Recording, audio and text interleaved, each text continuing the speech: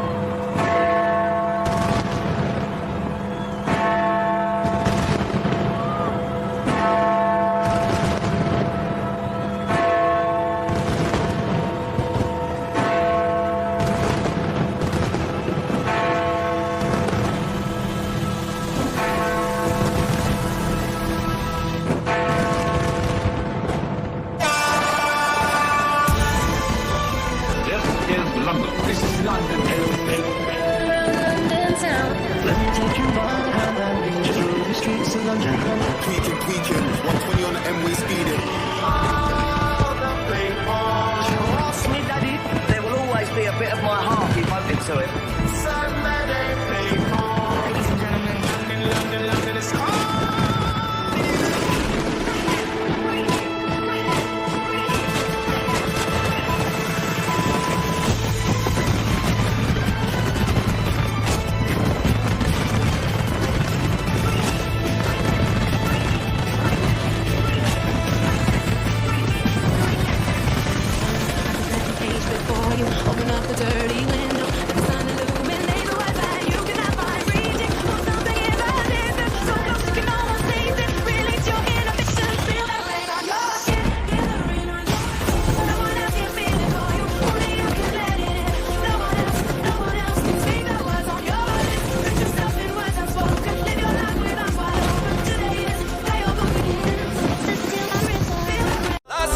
like we talk about but this year I bear happiness in our heart and God in our thoughts. 2025 and we're alive. This will be the year for you and I. We're just standing by. Yes, we will survive. 2025 and we're alive. So all bad vibes, passes, losses, well done, bad mind, red eye, friend killer, dirty heart. Time to turn a new page cause a new day's born. Don't bother worry about this time we're gone. A fountain of blessing gotta go turn on. Get ready to reap your farm. 2025 and we're alive. Fire emergency. The Los Angeles area is on high alert tonight as firefighters prepare for the return of Santa Ana winds. Thousands of firefighters have been stationed across the fire zone. The Palisades fire is now 21% contained. The Eden fire is 45% contained. At least 25 people have died with more than 24 people still missing. Search teams are now searching coastal areas for remains. Families forced to evacuate are facing housing challenges. Authorities are cracking down on price gouging and promising penalties for violators. So, Monica, is there any relief in sight when it comes to the firefight? We have just a small area that's still going to be under that red flag warning through tomorrow afternoon. You can see it's right around the Santa Clarita area. After we get through that, winds are already starting to calm down. Plus, we're starting to see a change in our humidity. So we'll deal with the low humidity, gusty winds early in the day. But look at this, humidity coming up by some 50 to almost 90% by tomorrow night at this time. We're still under that ridge of high pressure and conditions remain critically dry for Southern California. But with the absence of the winds, that will at least ease some of the fire concerns. We'll still see the clear skies and the crisp conditions tomorrow morning. Locally, we'll drop those lows into the 30s, teens to near 20 up top for the Sierra. Air quality, though, I don't know if you've been able to smell things. It is really smoky outside. We're going to be tracking this, and that's part of our weather impact headlines. Patchy frost, burn restrictions in place, plus following that dry stretch. Okay. The South Korean wildfires are claiming more land and more lives. A terrifying wave of flames ripped across the hills of Gyeongsang province overnight, fueled by strong winds. Storm strength gusts have intensified the speed of the fires and the damage inflicted. The blazes started last Friday and have advanced on city after city. On Wednesday, a helicopter pilot became the latest victim. His aircraft crashed while trying to contain the fast-moving flames. As the death toll rose, the country's acting president said the fires were rewriting the record for the worst wildfires in history.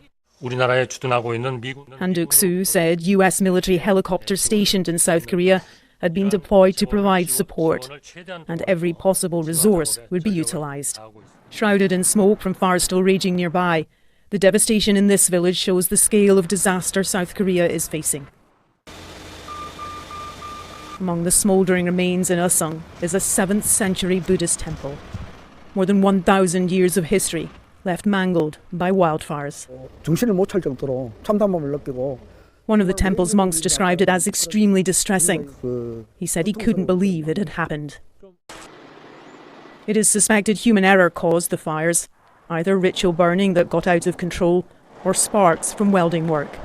It is hoped that nature and the rain forecast for the coming days will bring the devastation to an end. Debbie Edward, ITV News.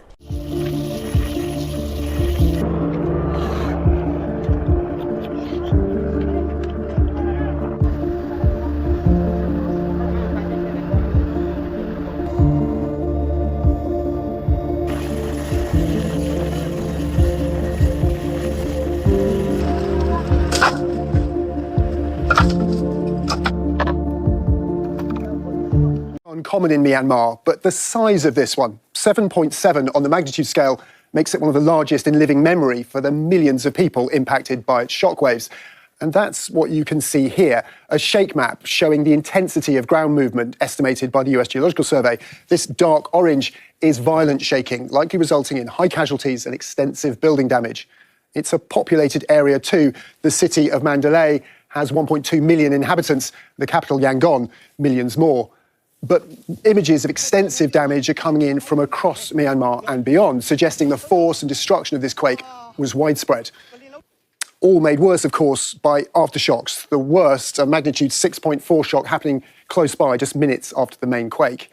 Myanmar straddles the boundary between the vast Eurasian tectonic plate and the Indian plate that's moving slowly north, piling up stress on the rocks beneath. Specifically, along the 1,200-kilometre long Segung fault line running right next to Mandalay and many other populous cities. The quake happened when the strain on that fault was suddenly released, and in geological terms at least, at a shallow depth, just 10 kilometres or 6 miles down. And the closer the surface, the greater the damage. Locally, that's in the form of intense shaking due to high-frequency vibrations, but lower-frequency shockwaves travel further, and tall buildings are most vulnerable to the slower movement they cause, perhaps explaining the collapse of tower blocks as far away as the one under construction in Bangkok. Previous earthquakes in Myanmar have caused damage like this to some of its oldest buildings, but this is the most powerful quake in this region since the 1940s, predating modern earthquake building codes. The fear is some older structures that survived previous quakes won't have endured this one. And of course, it's the buildings in which people live that are the greatest risk factor when it comes to earthquake casualties. On Jamaica's southwest coast, this was where Hurricane Melissa unleashed its worst. Everywhere, evidence of the destructive power of 185-mile-an-hour winds. And on its ruined streets, 3 days on from the storm, growing desperation. Aid, which has been arriving in the capital, hasn't yet found its way here. He hasn't come. No minister, nobody hasn't reached there. No supplies, no helicopter help, nothing. We are hungry here now, so what we can get until they assist us, we will take it. Tracy Ann rode out the storm at home, trapped upstairs as the ground floor flooded. Now she's back to see what remains of her cafe and clothes shop on the seafront. It was just shocking to see everything inside. It's washed to the road, it's the tables, the dining tables, the furniture. It's crazy. The town's hospital had part of its roof peeled off by the storm. It is still just functioning, staff having done their best to keep their patients safe. We had to carry them to the top floor, which essentially caved in, so we had to move them back to the ground floor. In the accident and the emergency area, it started flooding, so we had to be there pushing out the water. No way forward? Just getting to the areas worst hit is an effort in itself. More than 100 roads blocked. Communications hit hard. The fear that the death toll will rise further as authorities reach more cut-off areas. In Santa Cruz, inland from Black River, Sonia is doing what little she can to recover her livelihood, drying out storm-damaged stock from her shop. But the roof is missing and she doesn't have the money to get it replaced. I feel cast down, discouraged, like I would have just give it up. But I still doing what I can do. I don't know, I just trying. It's terrible, it's terrible. Everything gone. People here are used to the ravages of hurricane season, but those hurricanes are now being fueled by a warming Caribbean Sea. As Jamaicans start to recover from the strongest storm in their country's history, the fear is they may not have to wait too long for one stronger still. A super typhoon has made landfall in the Philippines. Known as Feng Huang, the typhoon crossed the coastline in the country's north at 9:10 in the evening, local time. Video of this suspension bridge being thrown around in the wind in the town of Camagligan is being shared on social media. The storm has reached super typhoon status, meaning the sustained winds are in excess of 240 kilometres an hour. Waves battered the coasts. Tens of thousands of people have been forced to evacuate, and the defence chief warned millions more to get to higher ground before it's too late. This is the view of the typhoon from space, giving you an idea of its scale. 2 people have already died in flash flooding, with fears that numbers will rise. This is the second massive storm to hit the country in the space of a week. The previous typhoon killed at least 200 people and left a trail of destruction. So what is a super typhoon and how do they differ from usual typhoons? Well, super typhoons are extremely powerful tropical cyclones in the Western Pacific. They have sustained winds of at least 150 miles an hour, which is about 240 kilometres an hour. They form over warm ocean waters near the equator and can cause catastrophic wind, rain and storm surge damage. They're the strongest storms on Earth and they can often span a distance of more than 500 kilometres. Super typhoons can double their wind speed in under a day. Our Southeast Asia correspondent Jonathan Head sent this report from the Philippines. Well, the wind is really picking up here in eastern Luzon. We can't go out any further away from our hotel on this. There's debris flying around out there.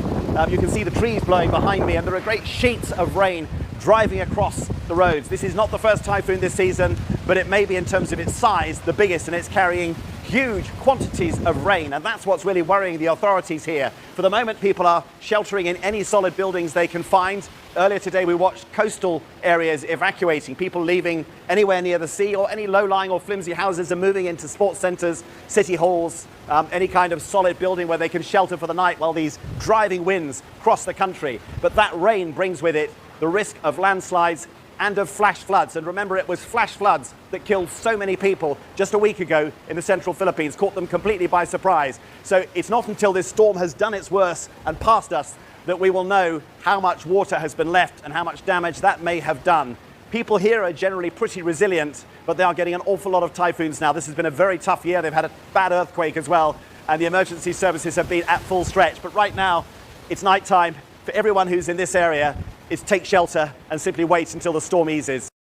Communities cut off, cars submerged and residents forced to flee after a month's worth of rain fell overnight in Monmouth. The relentless downpours brought by Storm Claudia left emergency services battling rising waters to help those trapped in flooded homes. The risk to life and disruption to travel meant a major incident was declared and hundreds of flood alerts issued. Businesses were forced to shut up shop and residents were urged to stay indoors and avoid all travel. All our stock round here is completely ruined. Further upstream in England, this riverside village in Herefordshire bore the brunt of the flooding. It all started about 2 o'clock. We noticed that there was some flooding coming in, but not through the flood defences. We tried our best to keep the water out as long as we could. Firefighters came to help, and it just wasn't good enough, and then we were evacuated. It got extremely high, so it even came over our wall and the flood defences. It was that bad. When the river here burst its banks, it forced residents to leave the area. The relentless rain has now stopped and the clean-up operation from the community is underway. But the cost caused by Storm Claudia is yet to be calculated. And this young farmer fears for the worst. It can be devastating, absolutely devastating. It could ruin a farm if it's that bad. Like loss of livestock, an actual loss of arable ground for your crops. So yeah, it is a huge impact flooding. The rain has largely eased and the damage is now being assessed. But with freezing temperatures on the way, the worst of winter may still lie ahead. Shaman Freeman-Powell, Sky News. Waves of land underwater. Heavy rains triggered floods and landslides so extensive that humanitarian aid in some parts of Vietnam has to be dropped on top of the survivors.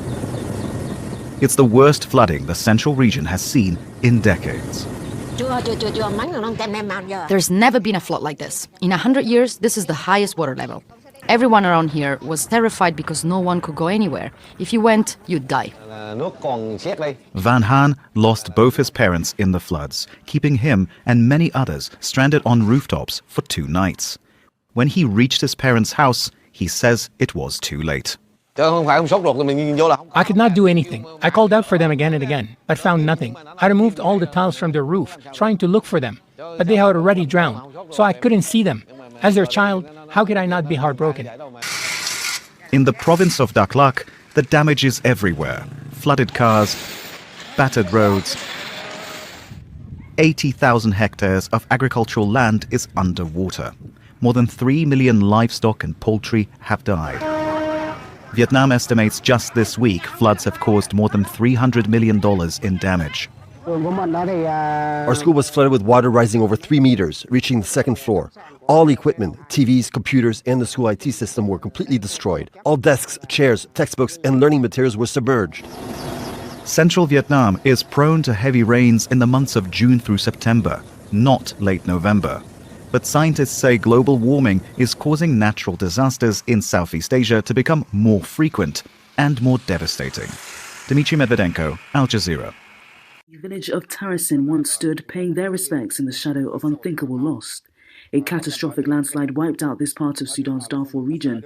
So far, over 370 bodies have been recovered and laid to rest. But the Sudan Liberation Movement warns the death toll could climb to 1,000.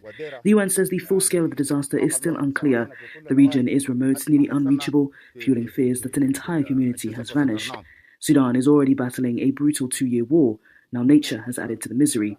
Most of the Darfur region has become mostly inaccessible for the UN and aid groups, given crippling restrictions and fighting between the military and the RSF. A massive recovery effort continues after a landslide buried an entire village in the country's western region of Darfur on Sunday. Rebel forces estimate 1,000 people died in Tarasin in the remote Mara Mountains. The Sudan Liberation Movement says it has appealed to the United Nations and other international aid groups for immediate help. Weeks of heavy rain triggered the landslide. Well, journalist Naba Mohideen joins me now from Khartoum. Naba, what more can you tell us about this tragedy in Darfur, and how hard is it to get information on the ground there? Is beyond dire because of the recent painful incidents of the landslide that took place on August 31st, but it was only announced on Monday. It was announced by Sudan's Liberation Movement, Abdel Wahid Mohamed Noor division, and the leadership of Abdel Wahid Mohamed Noor, and also the Sudanese Sovereign Council and the Barrel government of RSF said they will vow. They are vowing to provide help for people who are in need. The situation in Darfur generally is beyond dire because of the conflict. RSF are controlling 4 states out of 5 states in Darfur and 6 localities out of 8 localities in Jabal Marra. Rescue workers are still looking for dead bodies, and people are helping to bury people who were killed by these recent landslides from villages around. And there is a risk of a recurrence of such painful incidents, if certain security measures are not taken by international organizations and be facilitated by the Sudanese government and rebel groups in the area. The situation is beyond dire, and there is no communication with people on ground because it's a remote area and has been under control of rebel groups for decades. But all of the statements by the SLM, If you could, let me ask you, the rebel group, the Sudanese Liberation Movement, or the SLM, that controls the area, it has called for international help in dealing with this disaster. I mean, what do we know about the SLM? Is this a group that will let aid in if aid arrives? Actually, Sudan's Liberation Movement is a rebel group under the control of leadership of the comrade Abdel Wahid Mohamed Noor. It has been battling the Sudanese central government for decades, and now the area is controlled even by RSF, the new battle militia that was battling most of Darfur components for decades.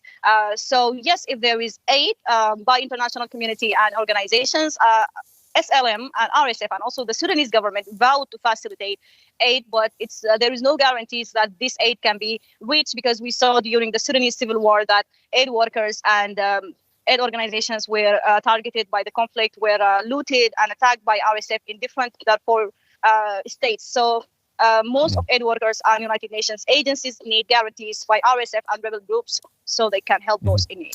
We know that the rainy season is just starting in Sudan. Are we expecting the situation to get worse? Could we see more disasters like this? Yes, the rainy season indeed started in Sudan for a few weeks. It's one of the worst rainy seasons ever. River Nile State, Northern State, eastern parts of this the country, even Khartoum State, where I'm relocated right now, are witnessing heavy rains, torrential rains, and floodings. Tens of people were killed in River Nile and Northern State by the recent rainy season. In Darfur, particular, the geological formation of Jabal Marra and Marra Mountains are volcanic rocks, which is very vulnerable to landslides. So we are expecting more catastrophic unless security procedures were taken urgently. Journalist Naba Mohideen in Khartoum with the latest for us. Naba, thank you. Lifetimes of work and memories gone in minutes. Residents of Rio Bonito do Iguaçu, who survived the tornado that struck Friday night, are thankful they escaped their lives. There's not much we can do. Forgive me for crying. All we have left are our clothes and our documents. My livelihood, my mechanic shop, is gone. And my son worked with me. We'll ask God for strength and courage for the people, not just for me. The wind came, swept me up and threw me against the grill. I tried to get up but fell again and hid under the bench where a metal sheet had fallen.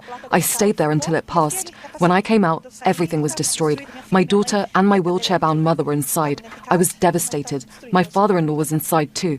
In 2 minutes, everything was on the ground. Some people lost family, but we must thank God we're alive, that we didn't lose anyone. That's what matters the most. The tornado's winds reached 250 kilometers an hour, causing injuries from flying debris. It was a very sad and intense night. There were lives lost. Some patients remain in the ICU, and we are updating their medical status. The Parana state government has declared 3 days of mourning and requested extra funds from the federal government for recovery efforts. The work of the firefighters continues tirelessly in the search for victims, whether or not there are people buried. And thank God the firefighters have already done their part. The disaster comes as world leaders are meeting in Brazil for the 30th annual COP climate conference, trying to decide how to respond to a world with more violent and unpredictable weather. The tragedy underscores the urgency of their task. Wilson Dysart, Al Jazeera. On Weather Command, more than 60 million people bracing for a post-Christmas winter storm. New York City is bracing for a pretty big snow and heading into the final weekend of 2025. Some saying it's about time. Anytime the nation's largest city has plowable snow in the forecast, though, disruptions, they are all but a guarantee. So how much snow could we see? I think it's reasonable to say maybe around a half a foot. A range of about 5 to 8 inches is what we're calling for. And for more on this, the city of New York is preparing ahead of the storm. Zach Iskell, commissioner for New York City Emergency Management, joins us in studio. Zach, thanks for joining us. It's already a pretty busy period of the year between Christmas and New Year. Now we've got this winter storm, and it very well could be one of the largest snows of the season. You guys remember how to prepare for this thing, though, Absolutely. Even though it's been a minute. What's going on at the Emergency Management Office? So we start preparing for snowstorms the day after snow season ends. We start doing exercises. Sanitation department starts prepping their equipment. Yeah. We start purchasing salt and brine and all the stuff that we need for snowstorms. So a lot of work that goes into it. And then days in advance of this particular snowstorm, we start working very closely with the National Weather Service, all of our agency partners, to really start preparing the city for this event. When it comes to a system like this, there's been a lot of talk. And I mean, we're focused on New York City because very well it could be in the zone where we see the highest snow totals. Maybe into the lower Hudson Valley, maybe into Connecticut where we get closer to a foot, but there will be some warm air associated with it. Is there a wrinkle in that forecast as far as how you guys will strategize and plan for it? Because what if we get some ice into New York City? That would change the game just a little bit. So every single weather event is different in how you prepare for it in terms of the implications and the potential impacts of that, right? A snowstorm in the middle of the holiday season on a weekend is very different than when school is in session, right? And if you have, based on, rising temperatures, freezing temperatures, you might have to contend with ice the following day. So you really have to do a real analysis. But at the end of the day, we are always preparing for the worst case scenario, which is what we're doing now, right? And so we'll have salt spreaders out on the streets today. We will start plowing as soon as we reach plowable depths of over 2 inches of snow. We have emergency crews on standby, tow trucks around the city, and then doing a lot of messaging, urging New Yorkers to do their part as well, to stay off the roads, monitor the forecast, and help out their neighbors who might need some help. Water and the speed it came, which has made this day for so many families so truly awful. The Guadalupe River is known for flooding, but not like this. There was little warning. Early forecasts had been for a broad flood watch, and it was only during the night that urgent upgraded warnings were issued. I've seen about 15 or 20 trailers come by this morning, and they and cars, and a lot of them had people in them that were screaming, and we couldn't do anything about it because they were 100, 200 feet away. This is an area popular for children's summer camps, and so children were out there sleeping when the waters began to rise sharply. The searches and the rescues began before daylight. It's like this everywhere. This used to be a forest. But sunrise then revealed the power of the water. Among the dead and the missing are a group of girls from the same summer camp. Camp Mystic is for girls aged 7 to 17, and it had 750 attendees. Parents gathered at a nearby school, now a reunification centre. Parents here to find their children or to discover that they are now missing. Rescue crews have used the daylight by air and by river to search a wide area. People, including many children, found and airlifted to safety. There have been over 160 separate airlifts so far. The challenges, though, are numerous. The water moved debris and those caught up in it large distances. The mayor of Kerrville was, naturally, visibly moved by what his town has experienced. I'm thankful you're here. Today will be a hard day. Please pray for our community. Thank you. Rescue coordinators explained the complexity of this ongoing operation. It is a very harsh environment. We are doing what's called a primary search, which is basically a very quick search. But when I say quick, that is up, down, sideways. They're turning over as many rocks as they can, culverts up in trees. They are looking at every possible location. And then we'll start going into a layered approach. Weather forecasters say the sheer volume of rainfall was a shock and hard to prepare for. President Trump has been kept across the developments, and he spoke briefly on Air Force One. Oh, that's terrible, the floods. It's shocking. They don't know the answer yet as to how many people, but it looks like some young people have died. Do you need federal aid for that? Oh, yeah, sure. We'll take care of it. We're working with the governor. And look and listen to this. It's like this for miles and miles and miles. All those RVs are downriver. One campsite washed away, the tents and the camper vans taken too. There is a tragic echo of history here. In July 1987, along this same stretch of river, 10 teenagers were swept away. This is a place where they are used to flooding, but on this July 4th holiday weekend, it was on another level. Mark Stone, Sky News. All 5 boroughs last night. Some subway stations flooded, and this morning some roads, they're still closed. Good day's Haley Fixler. She is in Chelsea this morning with a look at how things are going and a look at some of that video from down in the subways. Good morning, Haley.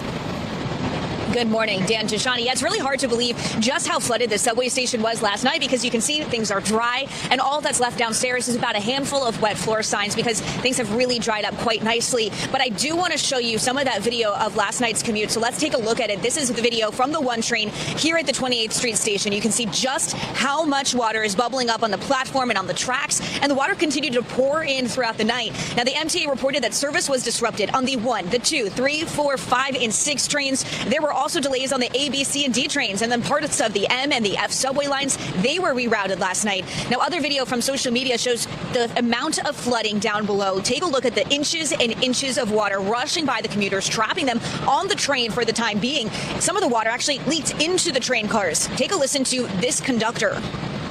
Attention passengers, I'm going to call this one in. I can't open the doors, it's not safe. Give me a second. New York City Emergency Management last night alerting everyone to stay aware. On X, officials wrote, quote, flooding can be deadly and often strikes with little or no warning. Streets, basements, and below-grade spaces can fill with water in minutes. Officials urge people who lived in basement apartments or low-lying areas to be ready to move to higher ground and to have a go bag ready. People took to social media to show the water seeping into their apartments. Water also flooded streets very quickly and the sidewalks all across the city. It caused stalled cars and prompted some road closures. The winds and the rain also toppled some trees. Take a look at this one. This one fell down on parked cars on the Upper West Side last night. It was blocking the roadway early this morning. Now, the weather also forced a ground stop at some of the area airports, but things are back up and running this morning with just a few residual delays. Now to the state of California, where here is a tragic headline. 3 are dead after several rounds of atmospheric rivers swept through. Heavy rains that brought life-threatening conditions to millions of people celebrating Christmas this week. Thousands more are digging out of devastation left behind by those mudslides. Look at that. This is the scene in the mountain town of Wrightwood, located in San Bernardino County, which is about 80 miles north of Los Angeles. Officials issued an evacuation order for Wrightwood ahead of the storm to help people get out and get out on time. Well, Well, thousands from Sacramento to Los Angeles lost electricity on Christmas because of wind gusts clocking 70 miles per hour or more in some parts. According to utility provider Pacific Gas and Electric, more than 164,000 customers went without electricity at the height of that storm. So our weather team did a lot of research here. Take a closer look at the total rainfall across California from December 20th to just now. Hard-hitting Honeydew, 17 inches. Wicked in Whitehorn and Pounded in Potter Valley, both of those 15 inches each. CBS News' Andres Gutierrez is live for us in Altadena, California. Andres, we know that area suffered much at the start of this year. Of course, so many wildfires wiped out homes. That's a burn scar now. So you add all of this moisture, and what's the result?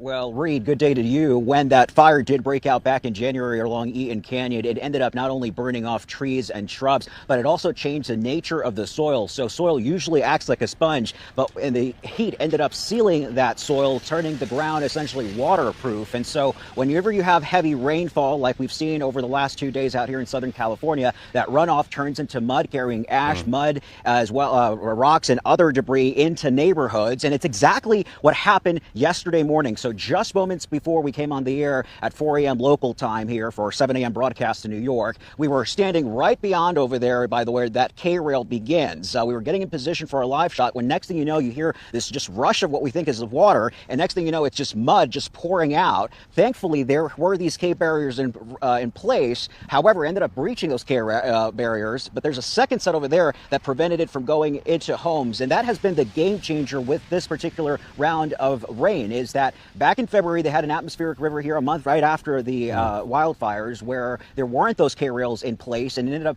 impacting many homes. This time around, the Los Angeles County Sheriff's Office went door to door to about a dozen homes here in Altadena, several others also across the way in the Pacific Palisades. And they told folks in high-risk areas saying, hey, you need to be ready to leave if you have to. Some folks ended up heeding that warning and they actually packed up on Tuesday before the storm rolled in. One woman I spoke with ended up staying at an Airbnb for the holidays. So some people decided that they wanted to ride it out because, again, they have been through so much this year, starting the year with the wildfires and now ending with a chance that there may be a possibility of their home getting damaged by all this mud. There is still a flood watch that remains in effect out here through this afternoon. The rain is starting to ease up, but again, the ground is so saturated that they're keeping a close eye around these burn scars. Okay, Andres Gutierrez, thank you so much for that update. You be safe as well. Only planet known to maintain life, a product of scientific phenomena and sheer chance. This blue speck in space holds the past, present, and future of our very existence. Approximately 4.5 billion years ago, the Earth formed from particles left over from the creation of our sun. Gravity drew these particles together to form pebbles, which then formed boulders and eventually the Earth. At its heart is a solid inner core covered by a liquid outer core. Above this sits the mantle made of flowing silicate rocks and a rocky crust. This rocky mass is the third planet from the sun, orbiting the star from an average distance of about 93 million miles. It's close enough to the sun to be warm, unlike the cold gas giants, but not so close that its surface is exposed to extreme heat and solar radiation, as is the case with Mercury. Earth's unique position in the solar system allows it to house phenomena yet to be found anywhere else in the universe, particularly liquid surface water and life. According to one theory, much of Earth's water is as old as its rocks, both of which having formed during the Earth's earliest days. Because of Earth's unique distance from the sun, the planet is able to contain water in all of its forms, liquid, ice, and gas, rather than have them permanently frozen or evaporated into space. But Earth is the only known place in the universe with liquid water on the surface, thereby having unique cascading effects on the planet. It hydrates the land, helping create nutrient-rich soil. It collects and pools to form oceans and freshwater systems. And it cycles upward to add moisture to Earth's protective atmosphere. And where there is liquid water, there is life. About 3.8 billion years ago in Earth's oceans, primitive life existed in the form of microbial organisms. They, in the ensuing billions of years, gave rise to a range of more advanced life forms that thrive in Earth's seas, lands, and skies. As the only world known to harbor life, Earth's biodiversity is expansive in nature. An estimated 1.5 million species of plants, animals, bacteria, fungi, and others have been cataloged, with potentially millions, if not billions more, yet to be discovered. Home to life and fueled by water, Earth houses a unique global ecosystem, as curious and as grand as the astronomical events that made them possible.